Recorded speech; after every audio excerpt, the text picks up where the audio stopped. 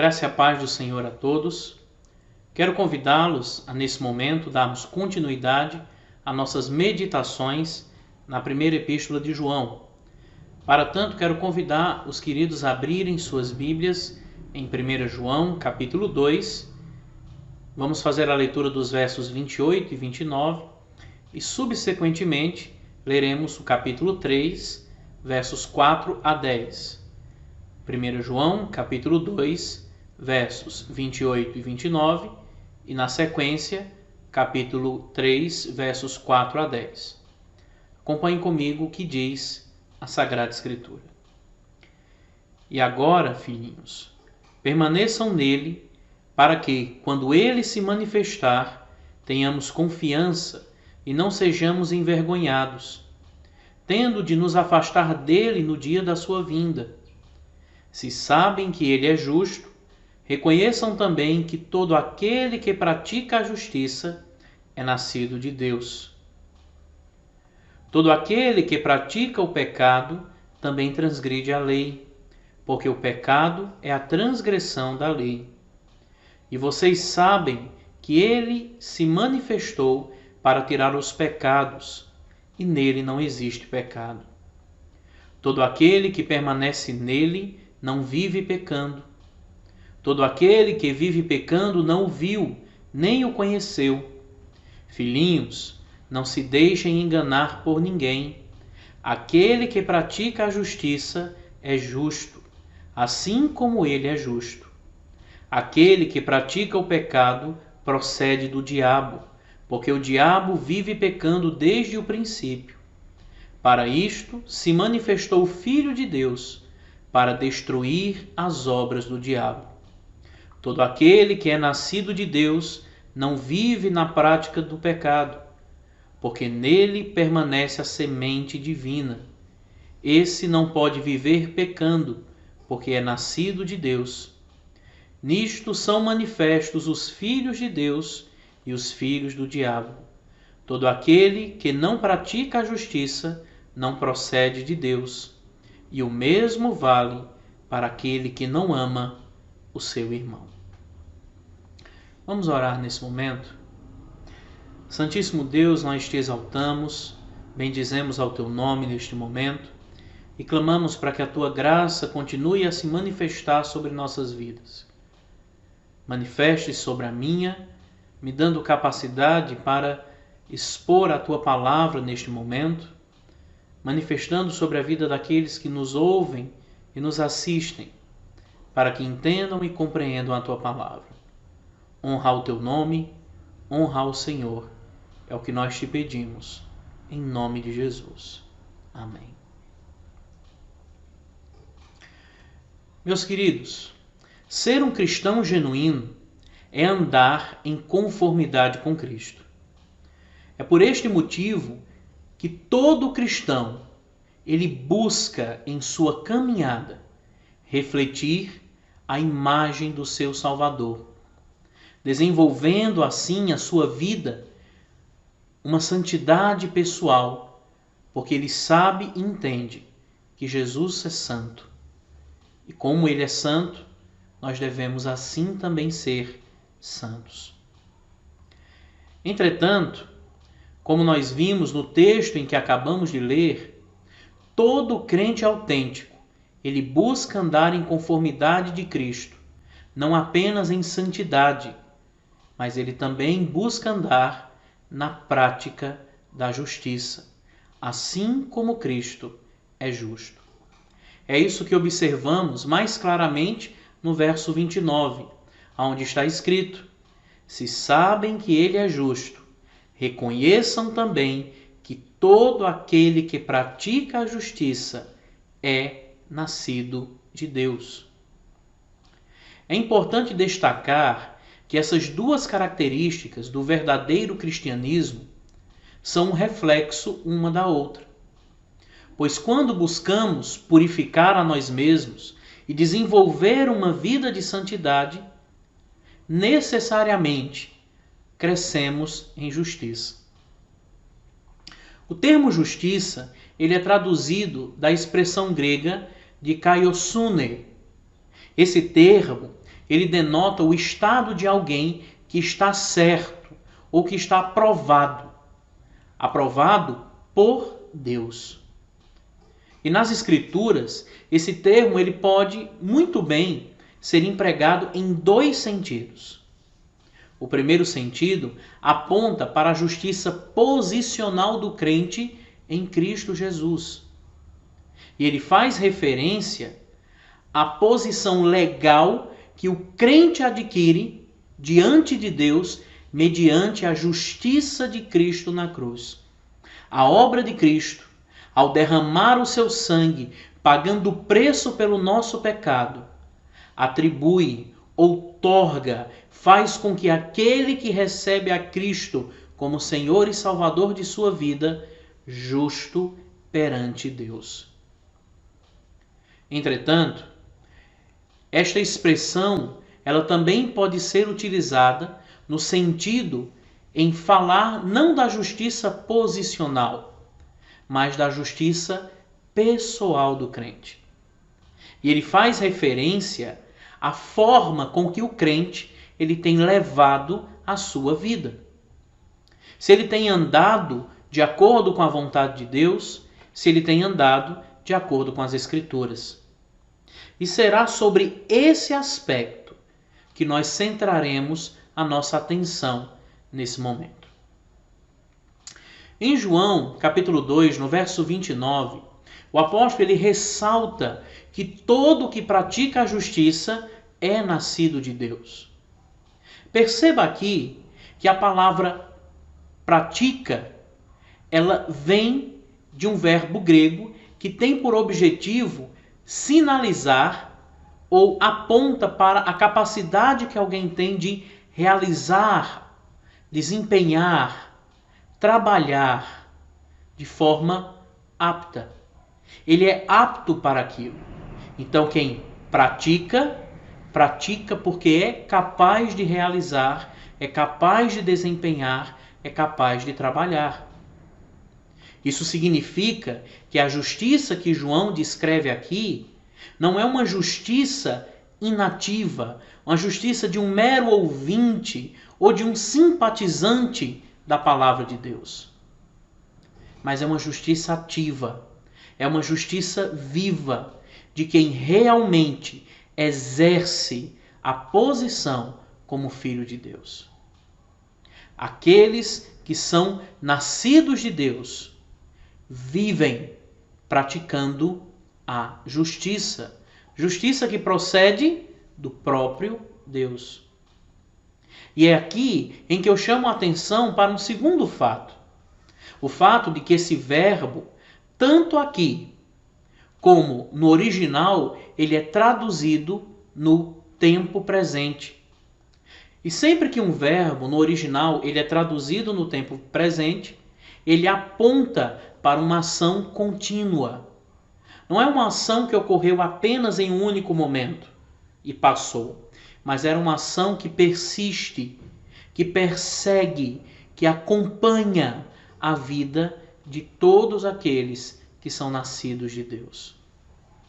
É uma ação que reflete um estilo de vida e não apenas algo ocasional.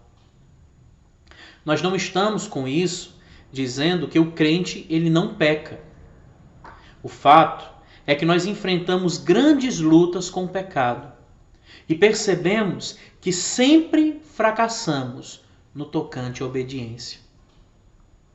Mas a vida dos filhos de Deus, ela é marcada não por um sucesso estrondoso, mas por uma busca constante de satisfazer o seu Pai. Mesmo que ele venha a falhar algumas vezes, ele não se satisfaz com esta falha. E ele busca desenvolver em sua vida pureza. E a pureza é demonstrada pela prática da justiça. Um genuíno filho de Deus tem a sua vida marcada por uma crescente submissão a Deus, por um forte quebrantamento pessoal quando ele falha em obedecê-lo, à semelhança de Pedro, que ao pecar chorou amargamente, pois reconheceu que havia falhado com seu Senhor. Meu objetivo é que ao final desta reflexão tenhamos completa consciência de nosso verdadeiro estado espiritual. Que estilo de vida temos vivido? Temos vivido na prática do pecado?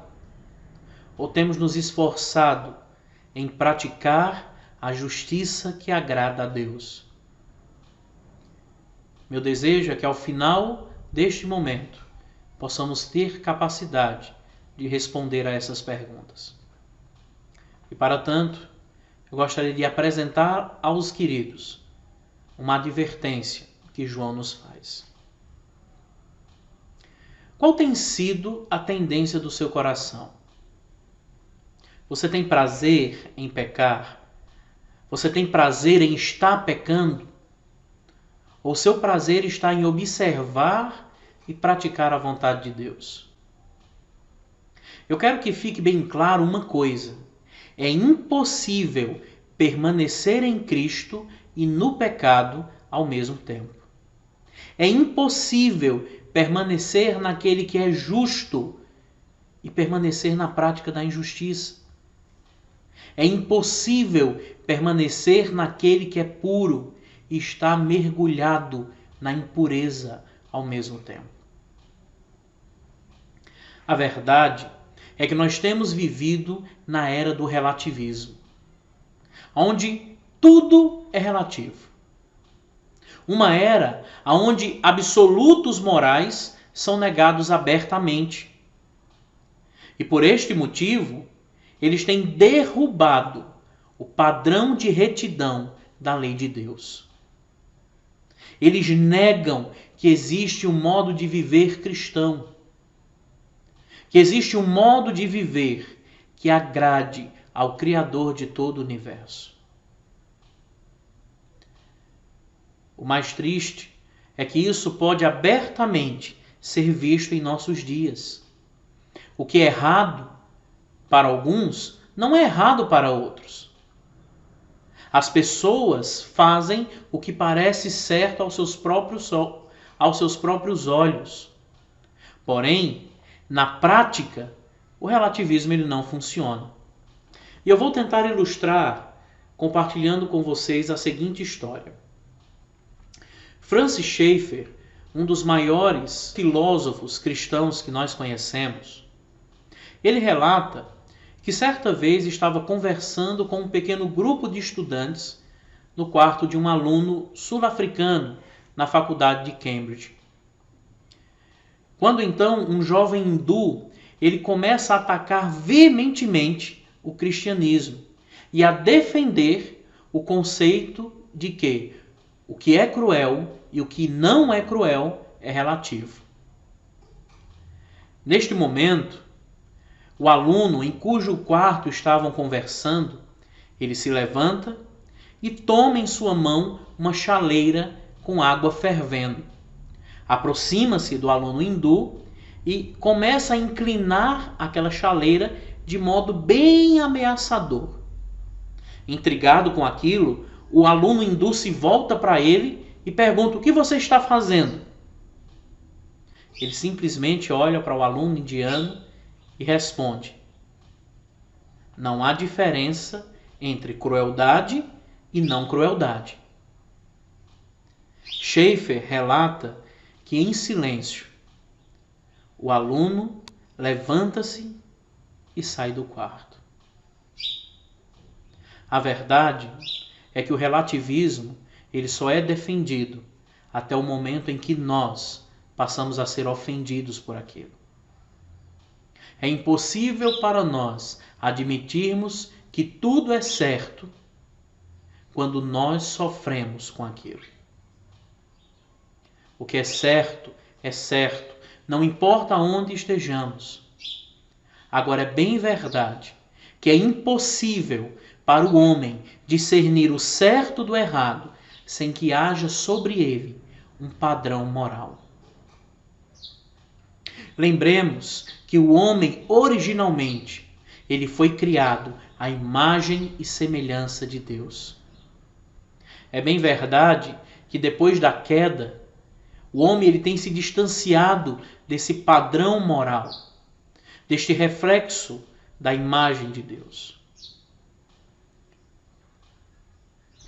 Mas a verdade é que aqueles que querem viver de acordo com a justiça de Deus, que aqueles que se autoproclamam filhos de Deus, eles devem viver, pautar a sua vida de acordo com a justiça dele.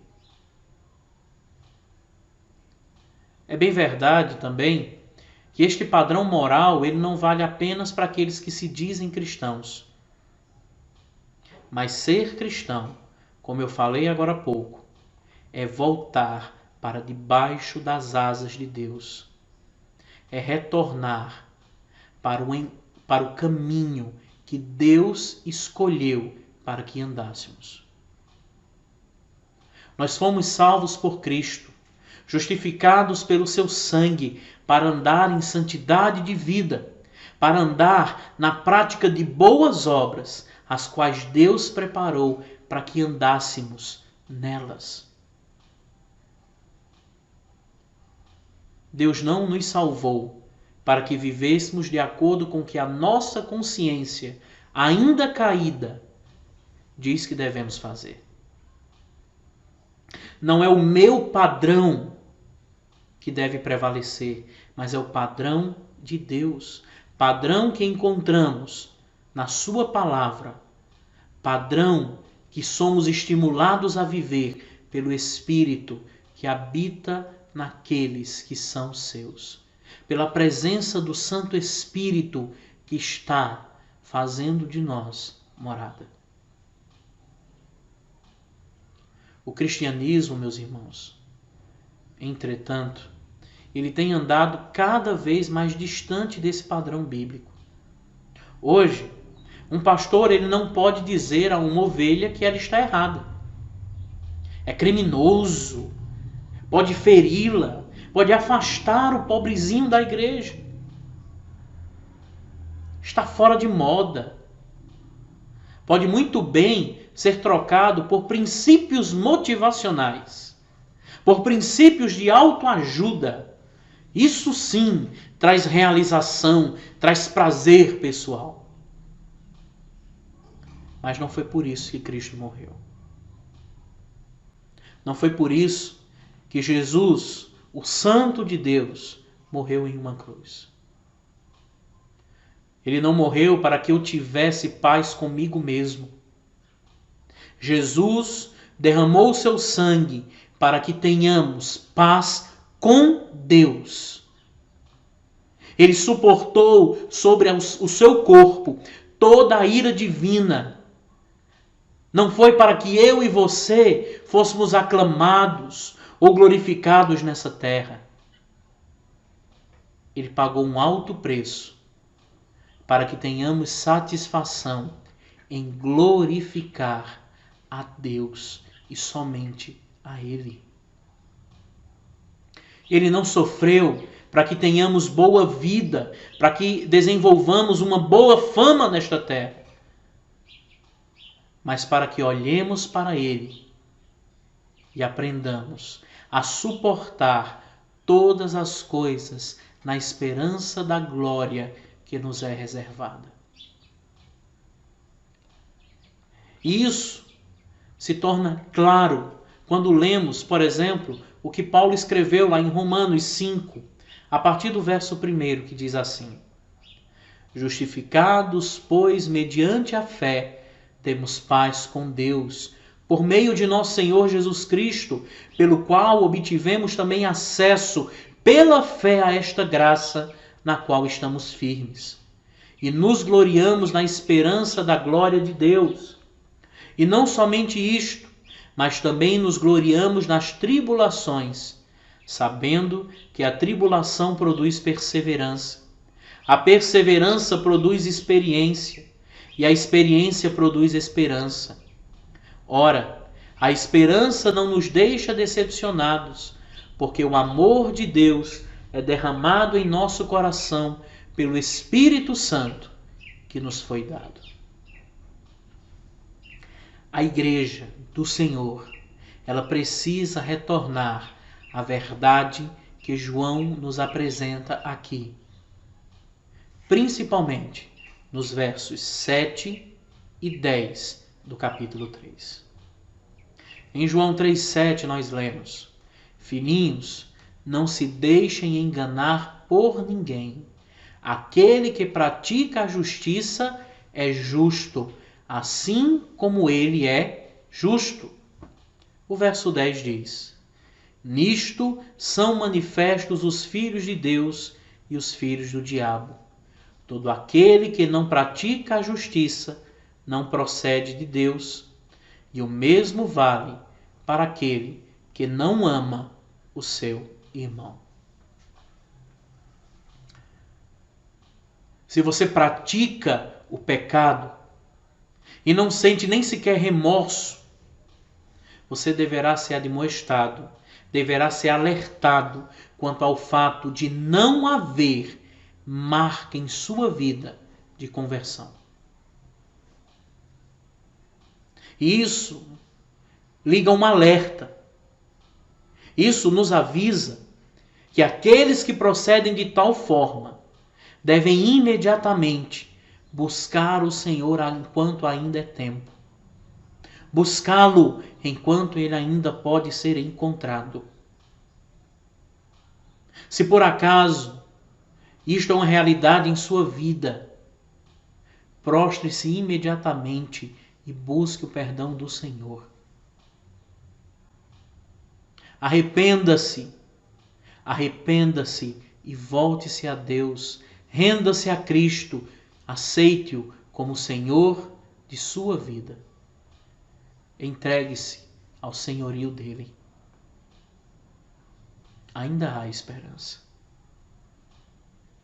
Entretanto, se você se encontra buscando fazer a vontade de Deus, buscando progredir em santidade, se você tem lamentado, se você tem chorado os seus pecados, eu lhe encorajo neste momento a buscar desenvolver mais e mais em sua vida as marcas de um genuíno filho de Deus.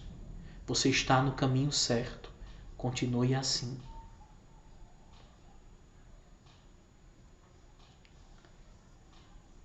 E isso é interessante. Observar estas características nos permitem facilmente discernir a que família nós pertencemos. E esse é outro ponto em que nós podemos observar nessa mensagem. O contraste entre aqueles que são filhos de Deus e aqueles que são filhos do diabo. Embora seja muito duro, de acordo com João e com o próprio Jesus, o mundo se divide entre os cristãos, cujo parentesco vem de Deus através de Jesus, e os incrédulos, que se identificam com o diabo por meio de Adão e de sua descendência. A diferença entre o crente e o descrente, ele é óbvio. A conversão, meus irmãos, ela é revelada por nosso modo de viver. Provamos nossa filiação com Deus pelas obras e não somente pelo que falamos. Eu concordo com um certo pastor que disse: durante os cultos, em uma igreja local, todos parecem cristãos, assentados, ouvindo a palavra, cantando e participando do culto. Porém, é pela conduta após o culto que se revela quem são os verdadeiros cristãos.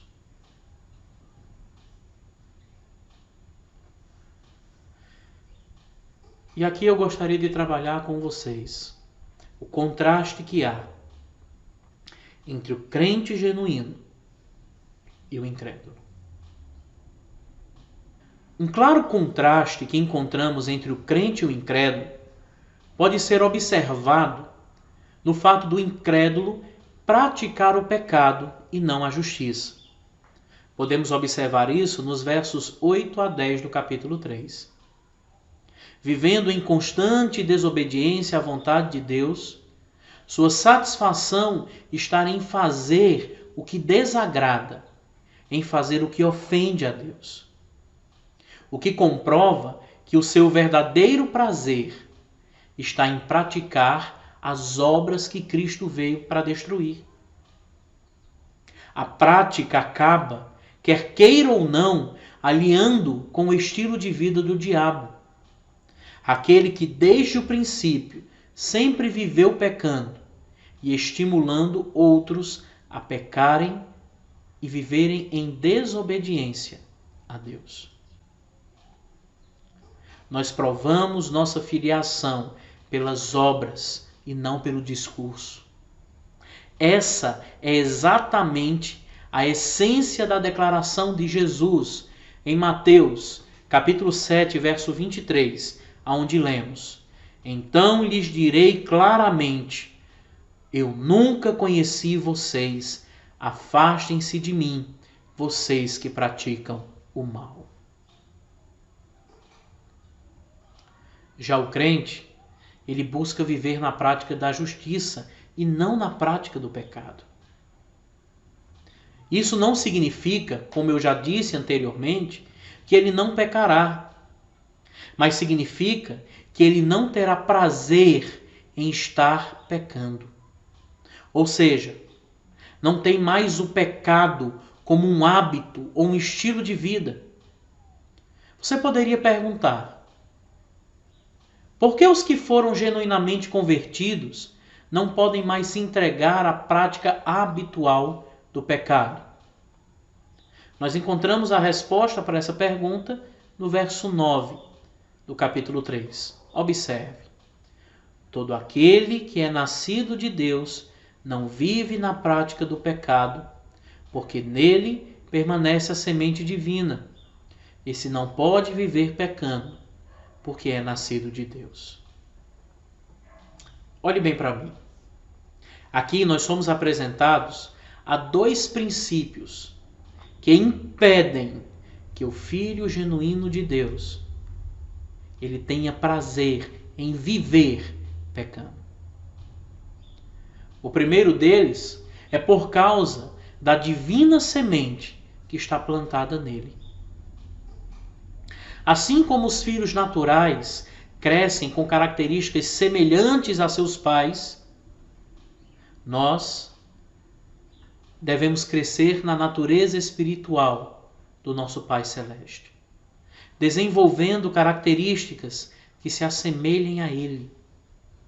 O que João enfatiza aqui é que na conversão o cristão se torna uma nova criatura.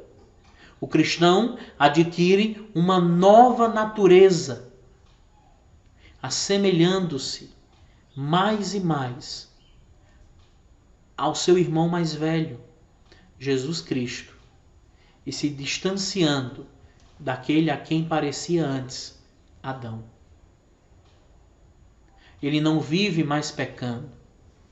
Ele é nascido de Deus, gerado não por semente corruptível, mas por semente incorruptível. E o segundo princípio, ele não pode viver tendo prazer em pecar por causa do novo nascimento. Nós somos nascidos de Deus. Deus é santo. E por Deus ser santo, ele exige santidade dos seus filhos. Eu sei que você pode entender isso ou já conhecer isso. Mas quando nós dizemos que que nascemos de novo, quando nós dizemos que adquirimos uma nova natureza, nós precisamos ter em mente que há um novo prazer em nós. Aquilo que nos satisfazia no passado, hoje não nos satisfaz mais. Aquilo que desejávamos no passado, hoje não pode ser mais motivo de desejo para nossas vidas. É como o salmista diz no Salmo 1. Bem-aventurado o homem que não anda segundo o conselho dos ímpios, nem se detém no caminho dos pecadores, nem se assenta na roda dos escarnecedores. Antes, o seu prazer está na lei do Senhor, e na sua lei medita de dia e de noite. Observe o contraste aqui. Antes, o prazer dele estava em assentar-se na roda dos escarnecedores. A sua busca, o seu desejo era por ser aceito por aqueles que estavam assentados naquele lugar. Eles queriam ser reconhecidos por aqueles que tinham dinheiro, por aqueles que tinham posição. Eles queriam ser reconhecidos pela sociedade. Eles não queriam ser mais um no meio da multidão. E para isso, fariam tudo o que estivesse a seu alcance para serem vistos. Mas no momento em que conhecemos a Cristo, no momento em que o Espírito Santo entra em nossas vidas, nossa natureza é completamente transformada. E o desejo que havia no nosso coração de sermos aceitos pelos homens, de sermos vistos pelos homens, ele é completamente trocado. O nosso desejo agora está em agradar a Deus, em agradar ao nosso Salvador. Um certo autor, me foge o nome neste momento, ele apresenta o verdadeiro contraste entre sucesso para o homem e o sucesso para Deus. Sucesso para o homem é ser reconhecido por milhões, é ser aplaudido por milhões. Só isso lhe satisfaz. Sucesso para Deus é ser recebido por Ele no último dia. Receber o direito de assentar-se à mesa do Cordeiro e, junto com Ele, dividir as bodas final. Esse é o verdadeiro sucesso para aqueles que são filhos de Deus. E é por causa dessa nova perspectiva, é por causa dessa nova compreensão do que significa ser filho de Deus, que o seu prazer não está em praticar o pecado. O seu prazer não está em viver pecando. Segundo o apóstolo João, no verso 10 desse texto, nós lemos o seguinte: nisto são manifestos os filhos de Deus e os filhos do diabo. Todo aquele que não pratica a justiça não procede de Deus. O apóstolo João, ele é claro. Ele não abre uma possibilidade. O homem é filho de Deus ou é filho do diabo. A nossa ascendência ou é divina ou é diabólica. A maneira com que podemos conhecer os verdadeiros cristãos é pela sua conduta, é pelos seus amores, é por aquilo que ele mais demonstra valorizar. É como Jesus disse: pelos frutos os conhecereis. John Stott, ele disse certa vez: se Cristo se manifestou para tirar os pecados e para destruir as obras do diabo, e se quando se manifestar pela segunda vez, haveremos de vê-lo como ele é, e seremos semelhante a ele, como podemos continuar vivendo no pecado? Fazê-lo é negar o propósito das duas manifestações.